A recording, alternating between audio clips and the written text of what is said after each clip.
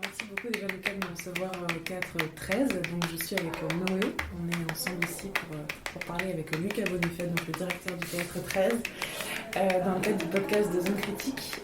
Zone Critique donc s'intéresse particulièrement aux jeunes compagnies, à l'émergence, à la création et aux lieux qui les reçoivent.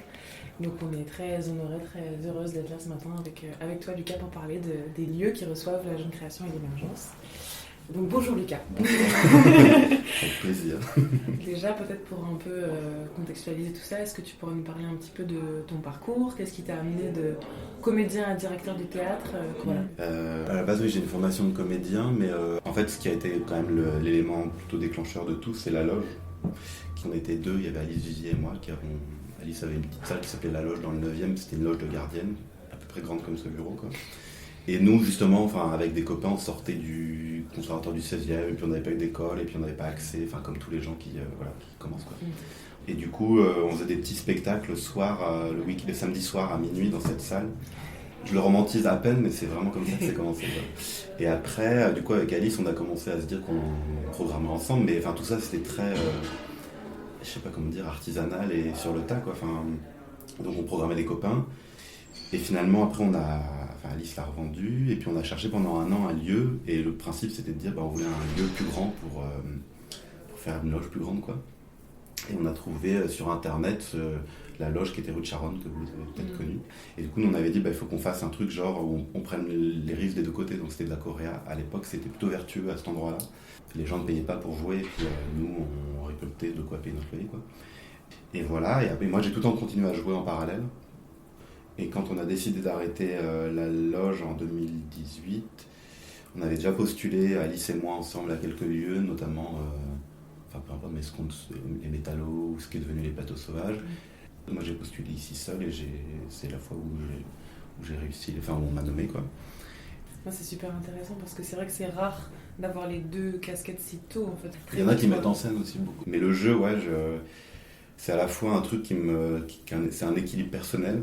Et puis je pense que pour le côté directeur, ça m'apporte un truc que je suis toujours au plateau, que j'ai tout le temps un rapport au plateau, que j'ai aussi ce rapport un peu particulier avec les artistes et les metteurs ou les metteurs en scène parce que je les côtoie différemment. C'est important. Moi, c'est mon truc, c'est ma touch de direction, je dirais. Le Covid, t'en ressens encore l'impact fort, non, aujourd'hui, ou est-ce que ça commence à aller mieux? Il y a vraiment des problèmes de remplissage, faut pas se mentir.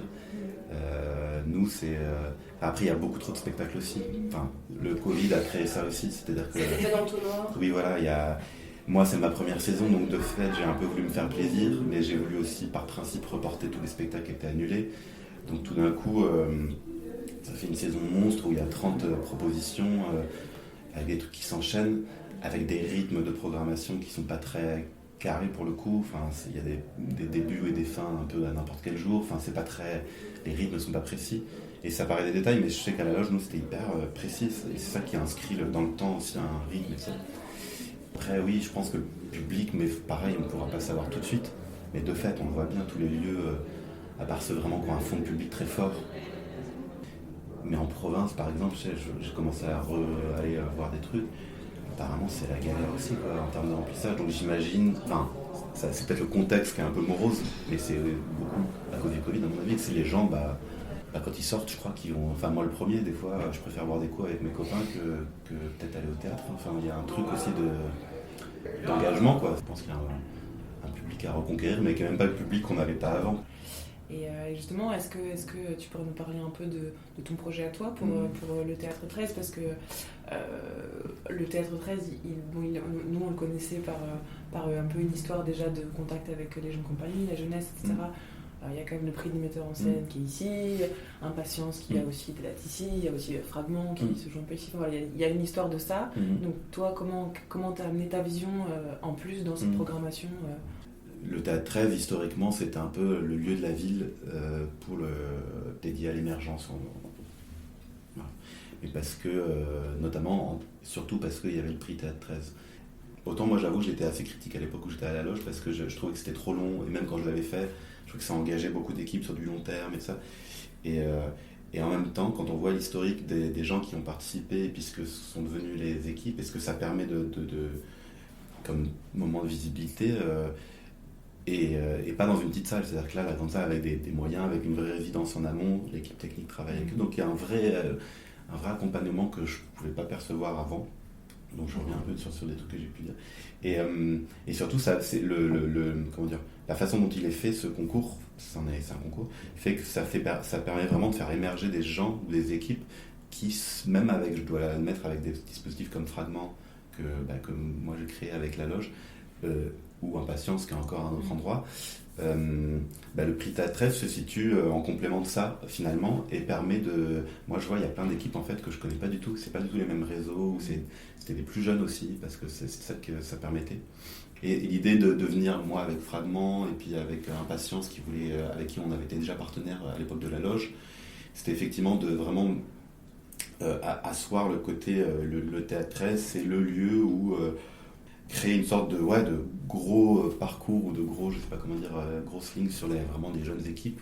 C'est ça la ligne un peu jeune, émergente ou émergente, je sais pas, après ces mots-là, enfin, il faudra en débattre. Mais bon, ça fait 10 ans qu'on en débat et j'arrive pas je pense que c'est aux gens de 20 ans de dire vraiment ce que c'est maintenant parce que moi j'ai jamais su. Et les gens que je programme cette année, c'est des jeunes, mais c'est des gens plutôt de ma génération avec qui on a commencé il y a une quinzaine d'années. Même si certains pourront dire tout le temps qu'ils sont pas encore assez machin, ce qui est vrai, on n'est jamais assez. Mais on ne se situe plus au même endroit que des équipes ou des gens qui commencent, qui en sont à leur premier spectacle, c'est sûr. Moi je dis que j'ai envie de travailler sur les nouvelles générations, quoi. C'est-à-dire que moi j'ai commencé avec une génération, on a grandi plus ou moins, j'ai envie de continuer à travailler avec eux parce que c'est mon noyau, quoi. Et grandir avec eux, mais il faut que ça profite, si ça peut profiter, aux plus jeunes, comme nous, quand on avait 20 ans, finalement, on a créé notre petite bulle, mais il y avait quand même des gens qui nous ont, un peu plus âgés, qui étaient là, quoi. Et en fait, je me mets à leur place, c'est un peu ce qu'on devrait faire dans des lieux où je vais, ceci dit, mais le lavoir, ou les déchargeurs. Les déchargeurs, c'est marrant, parce que ça a changé récemment. Oui, ça a changé, ouais. El Duende, il y en a certains où je suis même pas allé, et ce boulot-là, il faut vraiment... moi, il faut que je me force à être dans ce truc-là, parce que sinon, on bascule très vite dans un truc un peu institutionnel et on va avoir les premières à l'Odéon. Et travailler sur l'émergence, une fois qu'on a travaillé sur l'émergence, c'est ce qu'on faisait. Après, les gens, ils sont plus émergents, ou alors ils restent émergents pendant 20 ans et c'est pas possible. Donc, il y a aussi, il faut trouver de nouveaux mots, je pense. On le sait, quoi, tout ça. C'est ce qui se dit depuis un moment, mais il est sorti à un moment donné, ce mot, je m'en souviens bien. C'est dans ces années-là, 2008, 2010, mais. Parce que nous, on disait pas ça, je me souviens, il n'y avait pas ce mot-là. De jeune création. C'était la jeune création. Et comment est-ce que tu définirais l'identité générationnelle de ta génération? Je sais pas. Je sais pas, parce que j'ai l'impression, l'identité, tu es artistique. Ah bah oui, tant qu'à faire. Oui, non, et il se trouve que c'est beaucoup des gens là, mais bon, en même temps, je pourrais dire le contraire, je crois. Mais c'est beaucoup des collectifs, des gens qui se constituent en collectif, en tout cas. Il y avait beaucoup ça. Oui, on voit beaucoup de noms de groupes, oui. Tel truc, collectif, tel machin. J'ai l'impression que maintenant, après, il y a un autre petit courant, ça change, où on revient plus à des porteurs de projets et à des textes préexistants, ou d'ailleurs pas des textes, pas forcément classiques d'ailleurs, mais déjà écrits, mais des écritures, il y a beaucoup d'auteurs et d'autrices, j'ai l'impression. Et du coup, toi là, dans les choix que tu fais pour le 13, qu'est-ce que tu privilégies? Alors nous, on a des indices parce qu'on voit la programmation que tu fais, mais qu'est-ce qui te plaît le plus? Qu'est-ce qui t'attire le plus? Qu'est-ce qui, au contraire, plutôt te rebute? Parce qu'il y a quand même une programmation qui est assez politique, assez assumée, j'ai l'impression. Clairement. Le théâtre permet quand même, le filtre du théâtre permet de mettre beaucoup de choses, donc c'est ça qui est bien. C'est-à-dire que moi, j'ai pas envie de mettre en avant un discours ou de politiser les choses et tout ça. Les choses peuvent l'être parce qu'on fait par la programmation. Moi, c'est mon outil à la loge, c'est ce qu'on faisait. Après, ça m'embête parce que j'ai pas envie tout d'un coup qu'on dise c'est un théâtre politique. Mais de fait, l'équipe me dit tout le temps mais en fait, tous tes spectacles, effectivement, t'as la masculinité, la question du MeToo, la question là en ce moment de comment on apprend l'histoire de France aux jeunes issus de l'immigration, enfin c'est que des thématiques comme ça. Et c'est vrai que moi en fait le théâtre, j'ai grandi dans ce truc là quoi, c'est-à-dire que le théâtre pour le théâtre ou le théâtre pour faire le show, je m'en fous un peu. Ouais. On dirait que t'as presque honte d'admettre que... Non, j'ai pas honte, non mais oui je vois ce que tu veux. Tu as l'air de refuser l'association des termes théâtre et politique, tout en nous disant que c'est ce que tu fais. Non mais c'est vrai, t'as raison. Mais parce que je sais pas comment, ouais, là il faudrait que je me fasse mon analyse. Comme ça me regarde. Mais non mais c'est vrai, parce que j'ai pas du tout envie de, mais ça pourrait être autre chose que le côté politique. Mais c'est de la même façon, tu vois, quand on me demande de définir le projet, quand je dis la jeune création, je botte un peu en touche, involontairement et volontairement. J'aime bien l'idée que les choses soient un peu floues. Et bon, c'est facile parce que du coup, ça permet beaucoup de choses. Mais en vrai, j'ai l'espoir que dans 2-3 ans, ce que je n'arrive pas forcément à dire ou ce que je veux pas forcément définir, ça soit le théâtre, la programmation qu'il raconte ou les spectacles qui le disent. C'est-à-dire que, ouais, par exemple, moi, je me reconnais beaucoup dans plein de discours qu'il y a dans les spectacles, mais c'est pas quelque chose que moi je vais porter en front et dire c'est pas mon endroit quoi. J'aime bien l'idée d'être un peu en retrait et par contre de mettre en tout cas en tant que programmateur. Mais de fait c'est cool parce que je peux mettre des trucs un peu par petites touches de plus ou moins radical ou politique, mais sans trop l'air de rien quoi. Je pense que c'est pas très l'air de rien. Non, je sais pas pourquoi, mais je pense que c'est pas l'air de rien non plus, effectivement. Et l'année prochaine, ce sera pire. On a hâte de voir ça. Ouais. C'est juste que pour moi, c'est peut-être ça en fait qui me fait mettre des pincettes, c'est qu'à une époque, quand on a commencé en fait, on nous reprochait, ouais, c'est peut-être ça, mais on avait les plus âgés qui étaient en place, des gens à l'époque, un peu les baby boomers quoi, en gros, concrètement, nous reprochaient de ne pas être une génération politisée justement, et politique, et de ne pas faire du théâtre engagé. On passait vraiment pour... on avait l'impression d'être des néolibéraux, quoi. C'est-à-dire que quand on disait qu'on faisait de la choréa, parce qu'on n'avait pas de thunes et qu'on s'en foutait des subs et tout ça, on avait un discours un peu comme ça, un peu fanfaron et tout ça. À force, on se disait, bon, bah ouais, c'est chelou, ouais, bah peut-être, on n'est pas... Et au bout de quelques années, on fait qu'ils aillent se faire voir, en fait. Enfin, c'est-à-dire que ce qu'on fait, les spectacles qu'on programme, ce que disent les gens qui font des spectacles, c'est politique. Dans la société, on était moins engagés que maintenant. C'est-à-dire que moi, je vois bien mon petit frère ou les gens plus jeunes quoi, de 20 ans, avec tout ce qui s'est passé avec MeToo, avec tous les mouvements qu'il y a. C'est des trucs où je vois bien les gens de 20 ans sont beaucoup plus engagés que nous dans la société, dans les assos et tout ça, que on l'était. C'est vrai. Nous, on est issus d'une époque où on a grandi dans les cours de théâtre, tout ce qui est dénoncé par MeToo, c'était la réalité et c'était un système qui existait et que nous on remettait pas en cause parce qu'on se rendait pas compte. C'est MeToo qui a fait tout ça. Et évidemment, du coup, maintenant j'ai l'impression qu'on est moi je suis un peu l'entre-deux quoi. J'ai grandi et été éduqué avec cette ancienne truc, mais en comprenant les enjeux que ça n'allait pas et en acceptant évidemment ce qui se passe actuellement. Mais du coup, on est un peu comme ça. Et je pense qu'à l'époque, les boomers, comme on dit maintenant, ils comprenaient pas trop notre non-engagement, soi-disant. Et du coup, c'est pour ça que le côté théâtre politique, moi, ça me renvoie à ces gens-là qui étaient de fait engagés. C'était le théâtre populaire, c'était le théâtre des fédérés. Enfin, il y a plein d'histoires comme ça à la descente.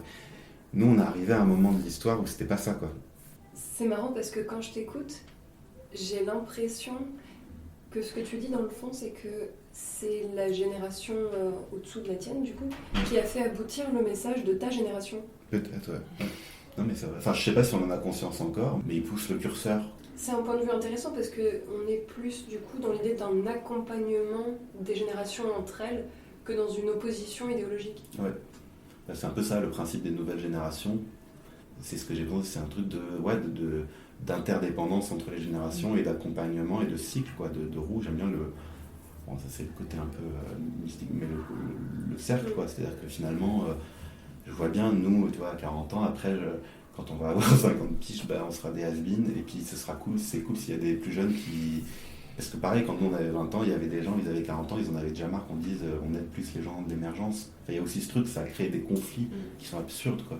Je trouve que maintenant on tend à atténuer ce truc-là, parce que de fait, il faut qu'on sait qu'il faut qu'on cède, il faut qu'il y ait de la porosité entre les plus âgés, les plus jeunes. Enfin, dans la société, on le dit, donc c'est pareil dans le théâtre, quoi. Ah oui, c'est ça, mais j'ai l'impression qu'il y a un peu différents. Tu parlais tout à l'heure de cercles, un peu de lieux, et j'ai l'impression que c'est ça, il y a un cercle de lieux. Et les déchargeurs, oui, tu disais tout à l'heure. Voilà, déchargeurs, la Var moderne, d'OND, je sais pas moi, Reine Blanche, enfin, c'est un peu ce premier cercle, quoi. Ouais. Et un peu le cercle au-dessus, bon, je sais pas trop comment hiérarchiser le truc, mais bon, tu vois un peu les différents étages, mais effectivement, c'est vrai que j'ai l'impression, mais ça, c'est aussi une impression qu'on a, nous, en fréquentant un peu ces différents lieux, que ces lieux s'interpénètrent pas complètement non plus. Et que c'est ça, peut-être, qui est difficile pour les jeunes compagnies, de savoir comment franchir la marche, en fait. Quand on est rentré dans un cercle, comment on fait pour rentrer au cercle au-dessus, quoi. Ouais, c'est tout un tas de questions, ça. Comment créer des paliers Mais ça, pour le coup, c'est ça qui était bien, en tout cas avec la loge et d'autres trucs, c'est qu'on avait créé des marches avec des lieux justement plus au-dessus, justement avec Vanves qui était le cran au-dessus. La question de l'argent que tu as évacuée très rapidement, je pense qu'elle est quand même importante dans la jeune création, parce qu'il faut créer, oui, mais c'est quand même difficile de créer sans argent. Oui. Et est-ce que... Je l'ai évacué pour pouvoir en reparler mieux. Ah, c'est ça, je l'ai pas évacué pour Et du coup, sur ce point, tu aurais des conseils à donner à la jeune création ? On ne sait pas, on a peur, on n'ose pas, on se dit que c'est pas pour nous, on se dit nana, alors que pas du tout. Il faut, y a des dispositifs, enfin il y a la DRAC, il y a la ville de Paris, il y a la région, il y a des dispositifs qui existent. Il y en a même certains qui sont pas connus et qui sont en galère pour trouver. Il faut se renseigner, ça c'est très chiant, mais il faut aller sur les sites de machin, il faut voir qui sont les conseillers DRAC, qui sont les conseillers de la ville, qui sont les conseillers de la DAC, qui sont les conseillers de la région, leur envoyer des mails et il faut les voir. Et c'est la première marche, quoi. Et c'est par cette petite porte-là, même si on n'a pas l'argent tout de suite, qu'on comprend les rouages et qu'on se dit, ah ok, du coup, je peux faire peut-être un atelier avec tel lieu. En fait, ça permet de comprendre un peu comment ça fonctionne. Et moi, le projet, c'était de dire, justement, venant d'un lieu comme la loge où on faisait de la choréa et où c'était la jeune création et où tout ce que ça veut dire. Je me dis, si je postule à des lieux plus gros avec plus de moyens, c'est un peu naïf, mais quand même, c'était un peu... je pourrais décemment pas proposer les mêmes conditions qu'à la loge. Du coup, j'ai construit tout le projet sur le fait que si tu joues ici, au moins tu as un cachet par soir, enfin tu es payé, quoi. Ce qui semble normal, mais ce qui n'est pas toujours le cas, parce que si c'est à la billetterie, ça marche ou pas, quoi. Dans les faits, cette année on l'a fait, on l'a appliqué, sauf qu'il y a eu beaucoup de reports, donc il se trouve que, et vu qu'il y a moins de monde, on se retrouve dans des situations où ça tient difficilement cet équilibre-là. Donc l'année prochaine, on va un peu faire un mix, et comme dans beaucoup de lieux en fait à Paris, qui font des sortes de minimum garanties ou des achats quand même pour certains, ou des coups plateaux. C'est un peu ce qu'on a fait cette année en fait. Mais pour être tout à fait honnête, ça va être difficile de le tenir l'année prochaine sur tous les spectacles. Mais bon, en même temps, l'avantage qu'on peut avoir dans un lieu comme celui-là, et vu qu'il y a moins de spectacles, c'est qu'on sait aussi, on connaît justement tous les dispositifs et on sait qu'on peut travailler avec les équipes pour faire en sorte qu'ils aient, en tout cas c'est pas acquis, mais qu'ils puissent prétendre à d'autres aides et consolider un budget qui fait que quand ils jouent, tout le monde est payé évidemment. Si tu étais nommé ministre de la Culture, quelles mesures mettrais-tu en place pour favoriser l'émergence justement ? Si on était dans un monde idéal, d'allouer une sorte de revenu minimum pour les jeunes qui sont en début de parcours, qui permettrait de pouvoir créer, en tout cas qu'ils puissent vivre sans que ce soit un choix de vie et de mort de faire de la création, quoi, au sens large, quoi. Ou alors d'aider plus les petits lieux aussi. Je sais que après quand on était à la loge, tu vois, c'est sûr que si on avait pu faire si on avait eu plus d'argent dès le début, ça aurait pu être un lieu qui perdure, quoi, et qui du coup s'inscrive plus dans le temps et permette ce travail-là. C'est sûr que si tu as un peu plus de moyens pour ces lieux-là, ça permettrait d'un peu de se calmer, d'embaucher peut-être une personne qui fait un peu plus ça, et d'accueillir mieux, et de permettre d'avoir un maillage fertile de petits lieux. Et si tu es moins la tête dans le guidon, tu peux aller voir au-dessus, et tu peux faire ce truc de palier. Mais il faut qu'il y ait une politique culturelle qui parte de la base, quoi, pour que... Après, évidemment, il y a les énormes institutions, et c'est le patrimoine, je sais qu'ils mettent beaucoup de fric là-dedans, que ce soit l'opéra, les théâtres nationaux, la comédie française. Et on sait, il faut que ça perdure, et c'est important, parce qu'il y a un côté vitrine, et je comprends les enjeux aussi de ce truc-là. C'est tellement énorme par rapport à ce qui est alloué aux petits lieux, je pense Enfin, on pourrait faire ça, ouais. Enfin, on pourrait décider de Redistribuer un peu mieux, mais en partant du bas, quoi. Et la différence aussi, c'est que les sous alloués étaient plus importants à l'époque. Ça c'est un fait qui est indéniable, c'est que les aides, je vois les enveloppes. Arcadie, par exemple, me souviens sur mon premier spectacle, premier Inconnu au bataillon, c'était à la loge en 2000, il m'avait filé une première aide comme ça de 15 000 balles, je crois. Ah oui. Maintenant, les aides de 15 000 balles, c'est tu te bats pour faire la drape, quoi. Donc il y a eu un nivellement, mais qui n'est pas dû forcément aux institutions, mais qui est dû Aux sous, puis à moins, quoi. Enfin, je ne sais pas où ils sont, mais en tout cas. Est-ce qu'il y a moins de sous? Est-ce qu'il y a une démocratisation de la pratique qui fait qu'il y a une répartition qui diminue les enveloppes? Peut-être, ouais. Ça, c'est un peu tabou. Là, par exemple, après, c'est un effet encore contextuel, mais avec le Covid, on a bien vu. Il y a eu, je sais pas, j'ai vu les chiffres cette année, 300, je sais pas combien, enfin, vraiment un chiffre énorme de création. Parce que, bon, il y a eu un embouteillage et tout le coup. Mais, ouais, concrètement, comment tu veux, quand on va avoir des analyses de chiffres de ce truc-là, qui va tourner vraiment sur les 300? Enfin, même il n'y a pas si longtemps que ça, avant le Covid, je pense qu'il y avait eu une étude. La moyenne de dates par spectacle créé, c'est ridicule, quoi. C'est 5 ou enfin à peine 5, avant Covid. Donc ouais, je sais pas, je pense qu'il faut qu'on fasse un peu moins, ouais. Et est-ce que les lieux peuvent favoriser justement cette collaboration intergénérationnelle? Mettre à disposition déjà les espaces. Enfin, tu vois, moi là, il y a une salle de répète, il y a beaucoup de résidents, de créer des temps de rencontre, en fait, c'est tout con, ou des temps de dire, bah là, tu as un temps de programmation, tu vas travailler avec un tel, là, tu as une semaine, tu peux faire un atelier, là, tu fais... Enfin, là, je dis n'importe quoi, mais de créer de forcer un peu favoriser la rencontre, en fait, et les liens. Un lieu peut, parce que le lieu permet ça, quand même. Donc merci beaucoup, Lucas, de nous avoir reçus aujourd'hui avec Noé pour Zone Critique et voilà, une vie à la bonne création de vos lieux qu'il a accueillis.